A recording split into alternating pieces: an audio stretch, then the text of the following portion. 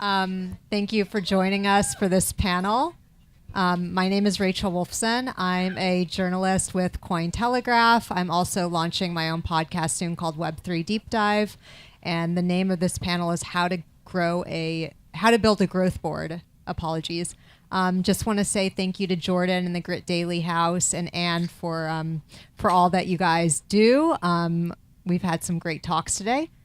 So without further ado, I'm going to go ahead and let our panelists introduce themselves, and then I'll go into some questions. So I will let you start. Hello, my name is Britt Mier y Teran.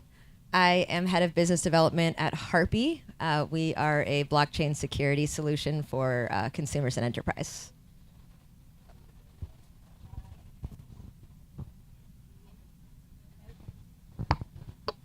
Oh, it's on now. Great. My name's Linda Jenkinson, and I was the first woman CEO founded a list on the NASDAQ and built just under $1 billion in companies. I currently chair multiple growth boards on the ASX as well as private boards. So spend a lot of time growing and building growth boards. So lovely to be here today. Hi, I'm Nate Wasson. I'm the co-founder of HalBar Partners. We're a growth equity firm focused on entrepreneurship through acquisition, sustainability, decarbonization at scale, and liquidity for founders. And so my role in growth boards is really around helping entrepreneurs understand what it is makes a great board, how do they really attract and understand those members and stakeholders, and then what it is that will help them at the moment of scale to increase their overall company in the way that's most meaningful to them. And that's a real important point of differentiation. It's not necessarily a revenue measurement, but it's a total measurement. And we'll talk a little bit about that as we go through. Great. Well, I guess my first question is, and Linda, I'm going to ask you this. What is a growth board? So I always say to people, there's sort of, to really simplify it, there's three worlds. There's the SME world, or small companies, 1 to 10 million that grow less than, say, 5%. And then there's corporates. And the middle world is growth. So high growth usually is you're starting from zero and you're building to 2, 10, 20, 50, 100. And usually you get to about 250 million and you're really then moving into the corporate side. So I've built companies from 0 to 250 million US multiple times. And so I've had a lot of experiences with really good growth boards and really bad growth boards. Nate or Brittany, would you like to add anything there about what is a growth board? Yeah, for me, a growth board is really around, I do work in this SME world, small to medium-sized enterprise. And for me, a growth board is really finding those folks who can connect with the entrepreneur in a way that allows them to do what they're best at and engage with others that provide subject matter expertise or allow them to lean in various domain expertises that they wouldn't have access to otherwise. And you have to be very intentional as you think through those folks on your board. I come from a little bit of a different background where I am sort of the contribution to our team for that growth model. We are a startup. They are funded 20-year-olds, and they have a wonderful amount of capital and access. And they are expanding the team for growth by bringing in people with more traditional business experience. So probably that SME right before you guys get into your growth space. Let's talk a little bit about the first steps involved when building a growth board. So what would the first step be, I guess, if... Shall I start? Yeah. Okay, so normally you start with building, people call it an advisory board, but it's not really a board, it's a set of advisors, because a critical element is having people that you trust and can work with you and really add value. So for example, early on in one of my VC-backed companies, I got like a big name and he never showed up to one board meeting. So, it's like actually knowing that people can add value and you can understand and communicate with them in a way, and they're really committed to the company. So typically what I do is I build a whole set of advisors, and then I see how they behave and can they add value, and they're the ones that I would bring onto the board. The advantage of being a serial entrepreneur is you have a whole world of people like that you can bring in to do that. So to me, it's a lot of it's about trust and impact. And so that's a really important thing to start with. And a lot of people don't do that, and they live to regret it. Yeah, so champion. You need a champion. You absolutely have to have somebody who's a champion. You have to have somebody who's a challenger. Somebody who takes what you're thinking and completely turns it on its head. And somebody who will destroy your business model, take your business plan, throw it in the trash and walk out the door, but then call you a few minutes later and say, all right, you ready to start over again? Because I'm about to help you, right? So that iterative process of having challengers and champions on your board at the very early stages, I think one of the mistakes, and we'll talk about things that went well, but things that frankly we learn from our mistakes a little bit more, is that you get a whole lot of champions in the room, a whole lot of folks cheering you on, but you actually don't get a whole lot of challengers in the room. And unfortunately, you're not getting the kind of feedback as an entrepreneur that you should. Yeah, so for our side, I think it's really interesting because our growth strategy is balancing like your new age Gen Z mentality with some more traditional business background that a lot of us here might have, and then of course I fill in that millennial gap right there, and that's been the most interesting focus for us. Is I was previously always the youngest person on my teams or on whatever board we were sitting on, and I was always the friction point, right? So it's really interesting coming into that growth board role from the other side, but really absorbing, the new growth ideations that we do see from the younger generation as well. Yeah, Brittany, you make a really good point, because I also wanted to ask about diversity when it comes to these growth boards. How important is diversity, and how can we ensure that moving forward? Obviously, we don't want a board full of the same people with the same opinions, and I think the younger generation coming in is really important as well. But what are your thoughts on diversity? Well, it's I find it quite disheartening, the status of it. I judge a lot of the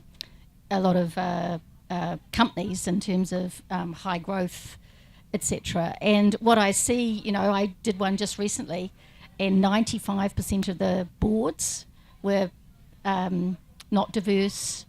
And it's interesting, if you go and look at a lot of the startups today, most of them aren't diverse. And I think and you can see some of the challenges that are going on in the industry because those diverse opinions weren't at the table to ask those questions to broaden the thinking.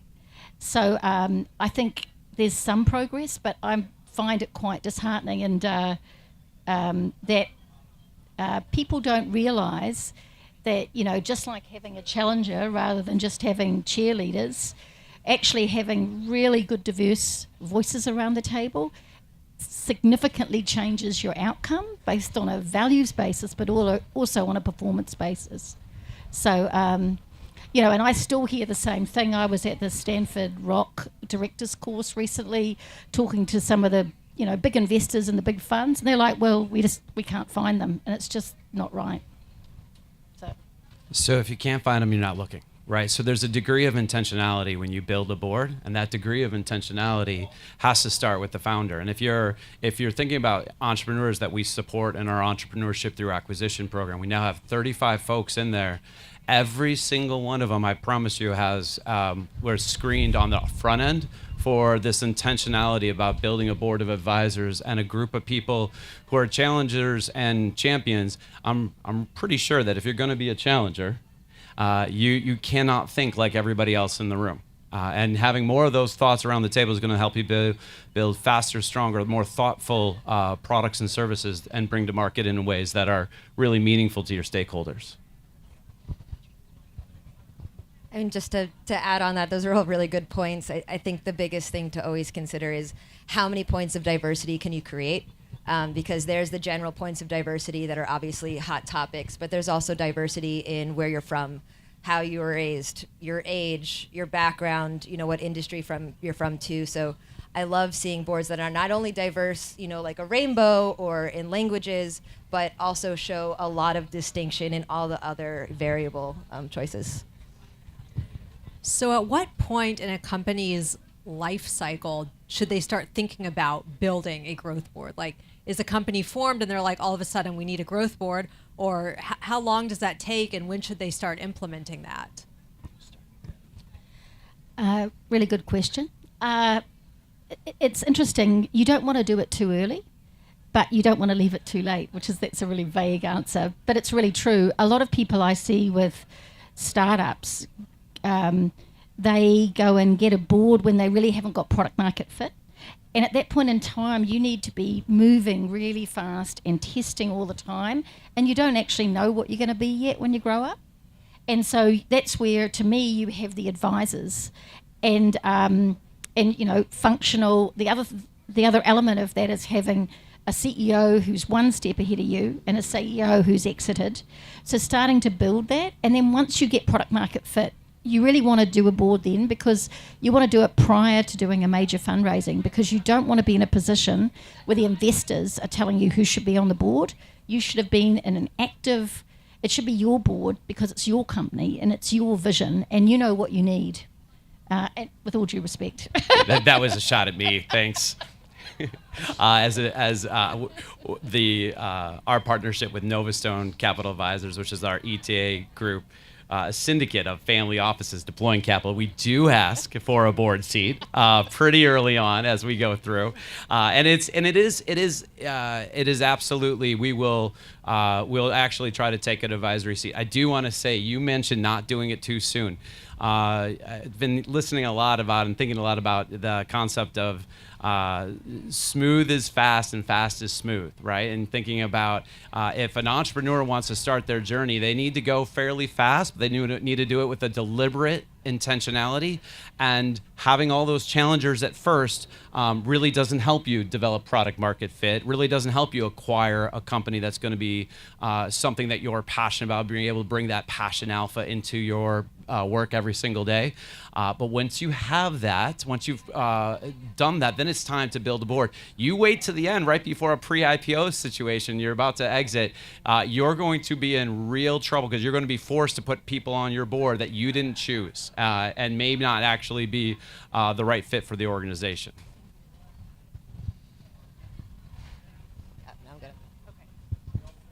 Well, I had a very good question. So once a board is established, how often does it change? And then what happens when it does change? And why does it change? It's really interesting. A lot of entrepreneurs, and especially in America, they look at it. Some people stay on boards for 20 years here. It's crazy, right? It's and they don't set up agreements. So to me, a board is always evolving. And in terms of one of the things I do and really encourage people to do is to evaluate what's the skill set matrix.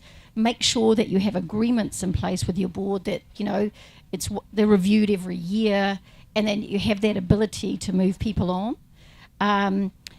In the best world, it's usually, it depends on the speed that the company's growing and is the board fit for purpose, where very early stage people could be completely different to the next stage in terms of what that looks like. So it really does depend. But I think the concept of constantly reviewing it, just like, when you're growing a company, your executive team is very different when you're less than 5 million to when you're 25 or 30 million. It's the same with your board and advisors. So ensuring that you're having those conversations, because, I didn't do that early on, and some of those early board members don't talk to me because they were so mortally offended that I'd moved them on because I hadn't set up that process and expectation.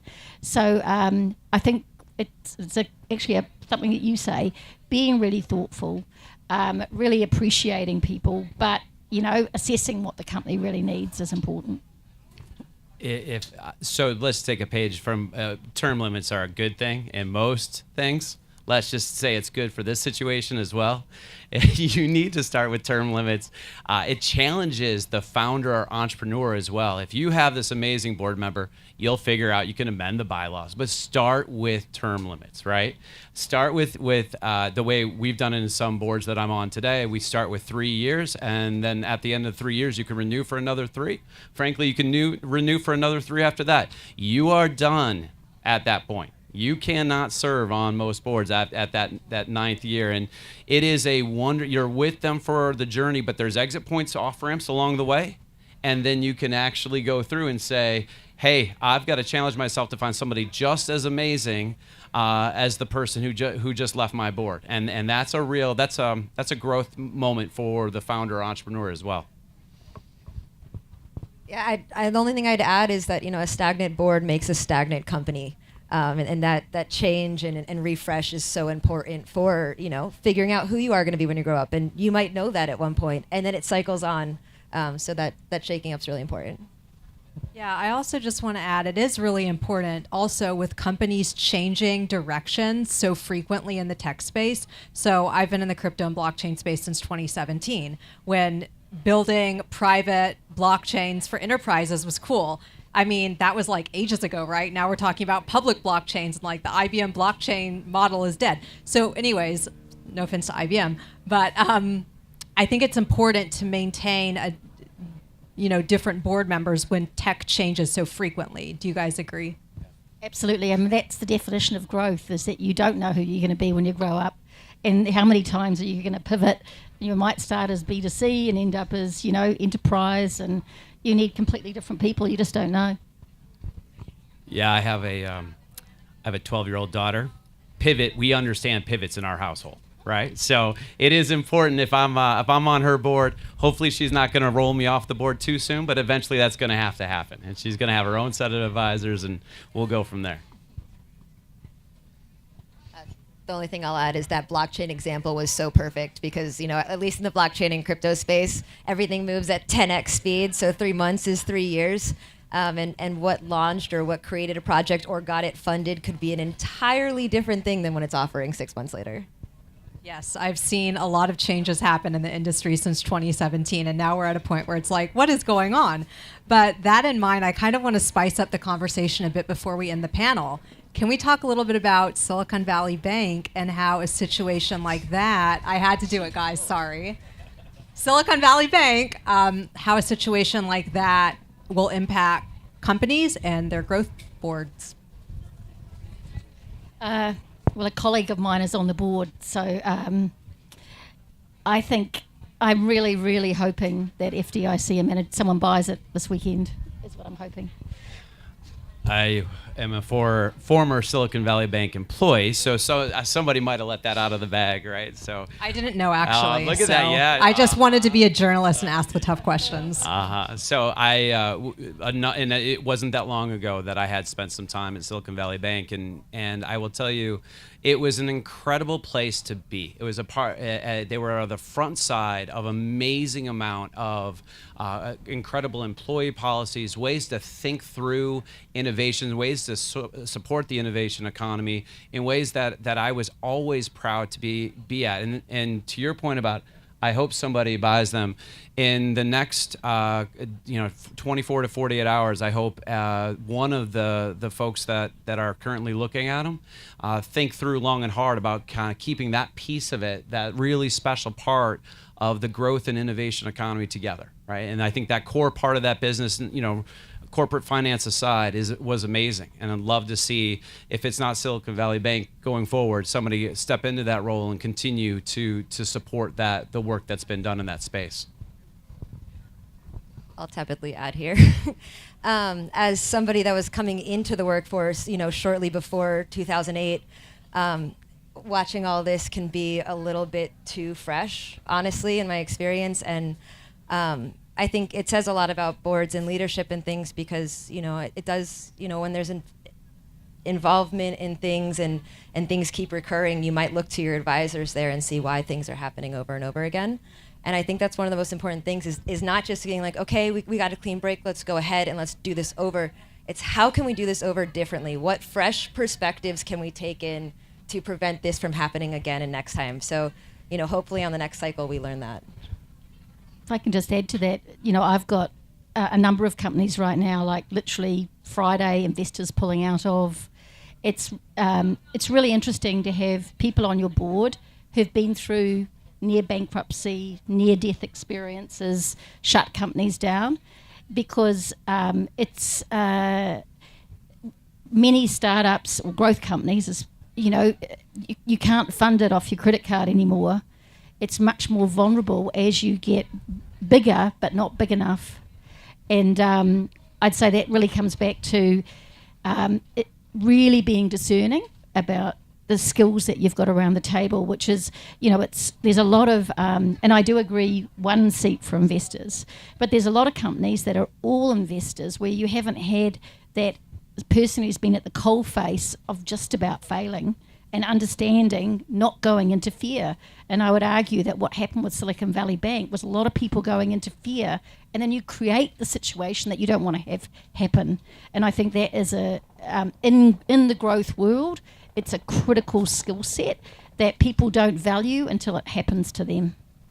Yeah, counterparty risk is a real thing. So here we go. Right now, you've learned that counterparty risk. If you're, in the growth stage, right, you've got to this really critical point where you're post-product, post-revenue, post-profit. You're right at the edge of really scaling and growing, and now your counterparty, no matter what space it is, has changed in a meaningful way, and you had more risk than you realized. So I think this is a reminder of a lesson that we should have learned a couple times by now, but it's important that many of our founders and entrepreneurs haven't gone through this yet, and they'll be able to look at counterparty risk through a new lens. Right. Do you want to add? Okay. Well, I think we're almost out of time, so I just want to wrap up here. Do the panelists have any final thoughts that you want to let the audience know, or anything that I didn't cover that you just want to say? I'm a real founder advocate, and I chair a number of public boards of $1 million to $75, $100 million companies, and only half of them have got the founders left. And I'd say one of the ones who do have founders left were really thoughtful about getting people around them through the board to take them through the journey. And I really enjoy those companies because it takes such a lot to build a company, and not being there further down the line because they've been fired is, to me, really sad. So this is a really important topic, because this is all about enabling both a successful financial outcome, but also a successful business outcome for founders. And I just wish I could show you what these companies look like, because they just don't. So many companies do not focus on this enough, and I find it so. Please make notes. So capital can be a catalyst where we can take entrepreneurs to another level, but it's really around stakeholder engagement and the boards you put around you that will help your founders and entrepreneurs stay in the role and lead these companies through multiple changes, multiple iterations, and ultimately into successful, engaged parties in our global ecosystem. So thank you for having us and allowing us to share, our passion and thoughts around this topic. And I'll just say that, growth mindset. I mean, your growth board, we should be in a growth mindset all the time. And if your business isn't thinking in a growth mindset, what's it going to do? So. Thank you, everyone, for joining us. Thank you, panelists. It was great, really insightful. And thanks again, Jordan, Grit Daily, Anne, and everyone who's made this house possible today.